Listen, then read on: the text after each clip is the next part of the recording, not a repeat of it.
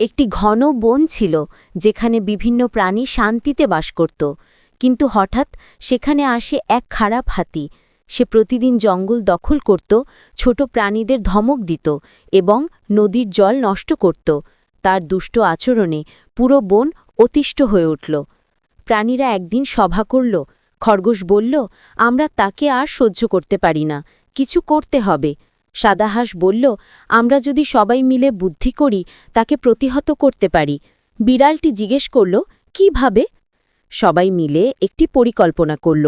তারা হাতিকে নদীর কাছে নিয়ে গেল এবং খোঁচা দিয়ে তার মনোযোগ সরাল। হাতি অতিষ্ঠ হয়ে নদীর দিকে দৌড়াল।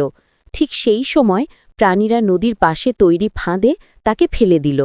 হাতি চেষ্টার পরও বের হতে পারল না। শেষ পর্যন্ত নদীর জলে ডুবে গেল।